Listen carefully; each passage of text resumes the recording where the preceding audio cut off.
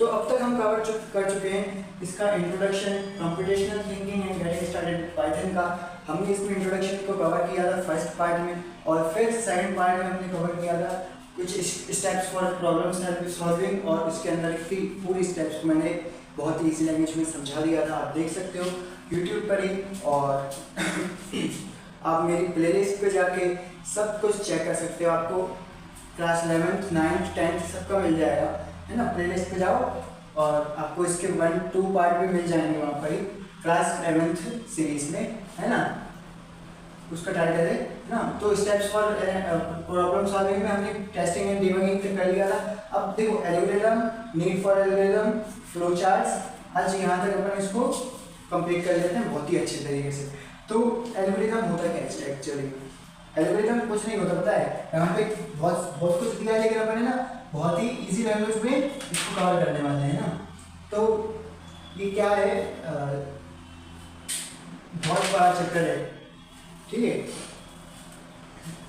1 2 3 topic ही 3 page, मतलब ये समझ लो एक टॉपिक 1 पेज का है, लेकिन मैं हिंदी में आपको 1 मिनट में पूरा 1 पेज समझा रहा हूँ ठीक है। अब एल्गोरिथम क्या होता है?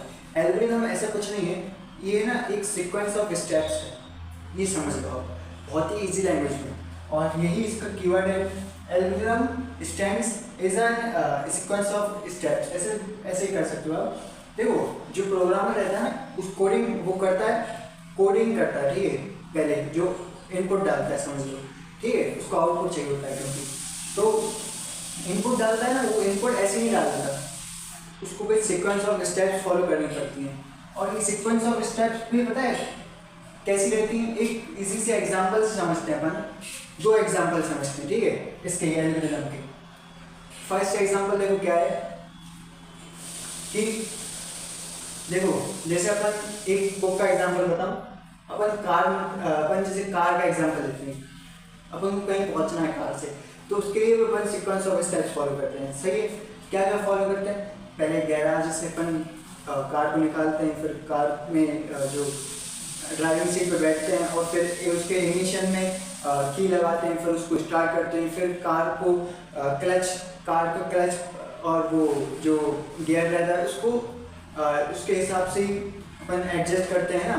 और फिर क्या करते हैं अपन, फिर कार को चालू करते हैं, और फिर पहुंचते हैं अपन अपनी डेस्टिनेशन पे। फिर वो फाइनल जहाँ पर अपन पहुंचना होता है वहाँ पे डेस्टिनेशन, इतनी सारी सीक्वेंस स्टेप्स करके अपन फिर आउटपुट तक पहुंचना, अपनी जहाँ तक अपन पहुंचना था, जो जिसलिए अपन ने कार निकाली थी, है ना। ये वैसे ही इसका एल्गोरिथम का काम है, ठीक है। अब ये तो अपन ने एक बहुत ही बेसिक एग्जाम्पल समझा है। अब इसका एक स्टैंडर्ड एग्जाम्पल भी दिया आपके बुक में, जिसको कहते हैं, जिसको ये आप ना अगले पेज पे 3.4 पे जाओगे ना तो आपको मिलेगा। तो इसका स्टैंडर्ड एग्जांपल है जीसीडी, ग्रेटर कॉमन डिवीजर। जो ऐसे अपन 2 नंबर लेने वाले हैं अभी यहाँ पर, और उसमें से जो भी कॉमन होगा ना, ग्रेटेस्ट नंबर, जो 2 नंबर में से जो डिविजिबल हो, है ना, एक साथ एक साइड, तो उसको बोलते हैं जीसीडी। और वो उसमें भी अपन स्टेप्स को करके दिखाता हूँ मैं, कैसी स्टेप्स रहती हैं। अब आपको और अच्छे से समझ में आएगा, मैं इसको रफ कर देता हूँ, क्योंकि ये तो अपन ने पूरा कंप्लीट कर लिया है ना। तो देखो बहुत ही इजी वे में समझाता हूँ मैं, है ना। तो आपको उम्मीद करता हूँ मज़ा भी आता होगा। और तो देखो एल्गोरिथम का एक स्टैंडर्ड एग्जांपल लेते हैं।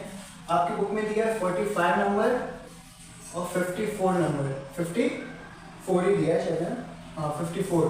अब ये जो टेबल से डिविजिबल होते हैं ना, अपन उसमें से कॉमन ढूंढते ग्रेटर डिविजिबल नंबर, है ना। देखो ये भी 1 से जाता है, ये भी 1 से डिवाइड हो जाता है, 1 से। और यहाँ पे आपको दिए हुए हैं 3 5 9,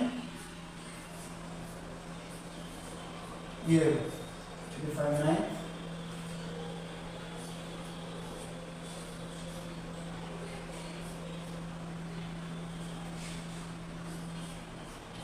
ये देखा, ये 3 से भी जाता है, 5 से भी जाता है, डिविजिबल डिवाइड हो जाता है, ठीक है। अब ये 1 से जाता है, 3 से भी जाता है, और किससे जाता है? ये 2 से भी जाता है ना, सॉरी 2 नहीं लिखा मैंने, 2 से जाता है, 3 से जाता है, और 6 9 18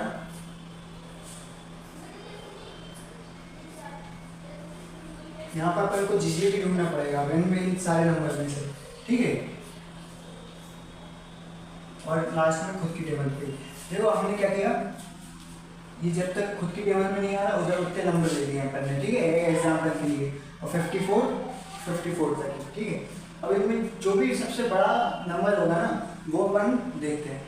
ये अपन इतना सब क्यों कर रहे हैं, क्योंकि अपन को एक नंबर चाहिए जो कि इन दोनों नंबर से डिवाइड हो जाए और दोनों में कॉमन हो और दोनों में बड़ा हो, ठीक है। सबसे तो इनमें सबसे बड़ा क्या देख रहा है, जो कि कॉमन हो, है ना, यही दिखेगा। यही देख रहा है, क्या देख रहा है, 529 सबसे बड़ा नंबर से स्टार्ट करते हैं। 54 है नहीं, 727 है नहीं, 49 कुछ नहीं, ठीक है। तो ये देख रहा है अपन को 9 देख रहा है। अपन ने इस सीक्वेंस ऑफ स्टेप फॉलो किया बस इस दो नंबर को फाइंड करने के लिए। इसको कहते हैं जीसीडी। जीसीडी का full form greater common division, ठीक है। ये एक एल्गोरिथम है, ठीक है, समझ गए ना। अब एल्गोरिथम मैं उम्मीद करता हूँ बहुत अच्छे से आपको समझ में आया होगा। मैंने बहुत ही बेसिक और एग्जांपल और स्टैंडर्ड एग्जांपल के साथ समझा दिया आपको, जो कि आपके बुक में था, लेकिन वो बहुत ही कठिन भाषा में दिया हुआ था। और कठिन भाषा में तो नहीं, लेकिन ऐसा दिया था कि बहुत सारा एक ही बार रिपीट कर देते हैं उसमें, ठीक है। पढ़ने का मजा नहीं आता था। तो देखो फिर एल्गोरिथम अपना पूरा कंप्लीट हुआ। अब नीड क्या है एल्गोरिथम की, भाई यही तो नीड है कि सीक्वेंस ऑफ वे में चलना है हमको, है ना। तो इसमें बहुत कम डेट, एक पेज का पूरा दिया हुआ है ना। तो नीड फॉर एल्गोरिथम क्या है, देखो वो जो एक प्रोग्रामर रहता है वो कंप्यूटर को इंस्ट्रक्ट करता है, जैसे कंप्यूटर को इंस्ट्रक्ट करता है, जैसे प्रोग्राम डाल के, है ना, इनपुट देता है ना, तो उसको ही इंस्ट्रक्शन कहते हैं, जो देता है। आउटपुट सही होता है क्योंकि, तो वो प्रोग्रामर है ना ऐसे ही नहीं रहते थे, ऐसे कुछ भी नहीं डाल देता, उसको एक रोड मैप तैयार करना पड़ता है, पता है, एक एल्गोरिथम तैयार करनी पड़ती है उसको। रोड मैप कुछ नहीं है, एक रोड मैप मतलब रोड मैप है ना, एल्गोरिथम ही है, समझ रहे। तो उसको है ना अपने जो वो रहता है आउटपुट, उसको लेने के लिए एक एल्गोरिथम की जरूरत पड़ती है।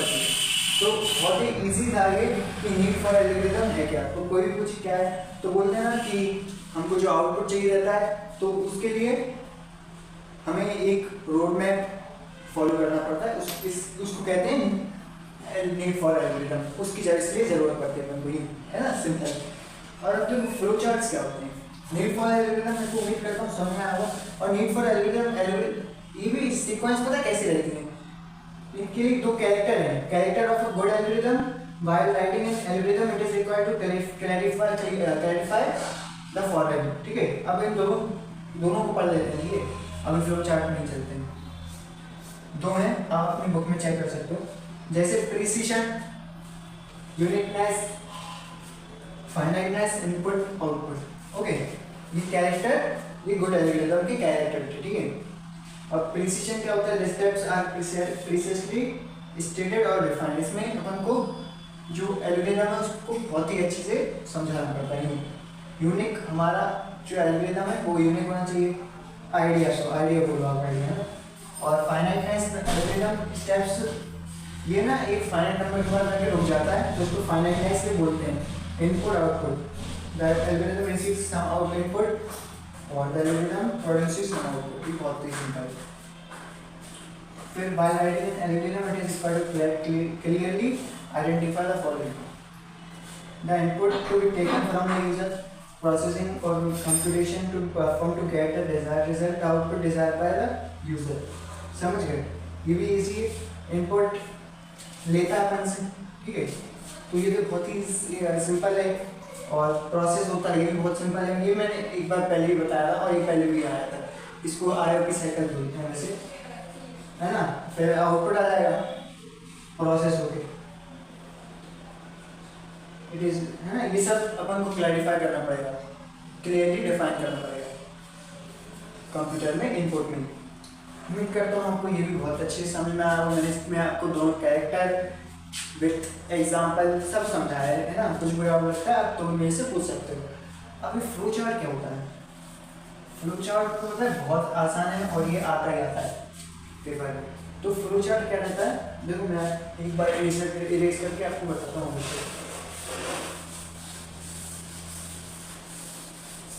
देखो फ्लो चार्ट है ना, विजुअल रिप्रेजेंटेशन होती है। ये भी एक सीक्वेंस ऑफ स्टेप्स में रहता है। ये सीक्वेंस ऑफ स्टेप्स को दिखाता है, जो एल्गोरिथम थी ना फ्लो चार्ट अपन को दिखाता है और इजी करता है वो अपने लिए काम, पता है फ्लो चार्ट। समझ गए? ये बहुत मैंने एक इजी लैंग्वेज में आपको हिंट दिया। अब इसको और थोड़ा बेसिक लेवल में लेके चलता हूँ। ये देखो आपको अपनी बुक में दिख रहा होंगे कुछ डब्बे डब्बे टाइप से बॉक्स बने हुए। तो ये बॉक्स एक्चुअली में है क्या? और अगर पेपर में है ना कि फ्लो चार्ट क्या, फ्लो चार्ट की डेफिनेशन लिखो, वैसे आएगी तो नहीं लेकिन लिख देना फ्लो चार्ट बनाना जरूर आती है। तो लिखना pictorial representation, flow chart is a pictorial representation of a specific steps, ऐसे लिख सकते हो। या फिर टास्क है ना, और a flow is used to how programmer in देखो मैंने क्या बताया, सीक्वेंस ऑफ स्टेप्स अपन को दिखाता है। या फिर ये बोलते हैं कि it depicts the flow of a program. समझ गए? जो प्रोग्राम कैसे फ्लो हो रहा है, कैसे चल रहा है, वो दिखाता है फ्लो चार्ट। तो मैं आपको यहाँ पर एक बेसिक सा बना के दिखाता हूँ कि कैसे एक फ्लो चार्ट का स्ट्रक्चर रहता है।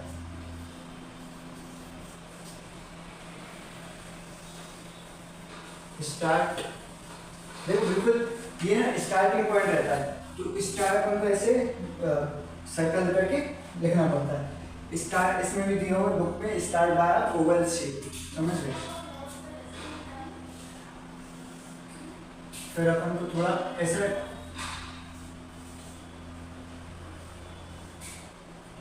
पैरेललोग्राम बना के अपन को इसमें ना इनपुट वैल्यूज देनी पड़ती हैं, जैसे ऐसे। समझ गए? ये वैल्यूज रहती है इसके अंदर कुछ ऐसे, इस टाइप की नहीं। अपन जो भी डालना चाहें वैल्यूज वैसे, जैसे बी अपन को जो भी वैल्यू असाइन करनी हो उसमें इसमें कर सकते हैं।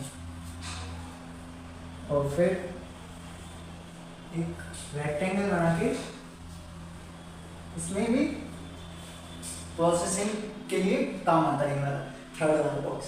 प्रोसेसिंग कैसी, मतलब एग्जांपल के साथ बताता हूँ। जैसे मैंने ऊपर बताया ना वैसे ही इसका भी रहता है, लेकिन थोड़ा सा अलग। एवरेज इक्वल टू E+3 कि अपन को क्या इनको डिवाइड करना है कि क्या करना है, वैसा। ये एक एग्जांपल के साथ बता रही हूँ आपको, ठीक है। और इसके बाद क्या रहती है स्टेप, ये बता रहा हूँ मैं, एक एग्जांपल दे रहा हूँ आपको, ठीक है। अब अपन इसको जो अपन को रिजल्ट चाहिए वो इस वाले बॉक्स में है कि आउटपुट क्या चाहिए, प्रिंट एवरेज, जैसे कि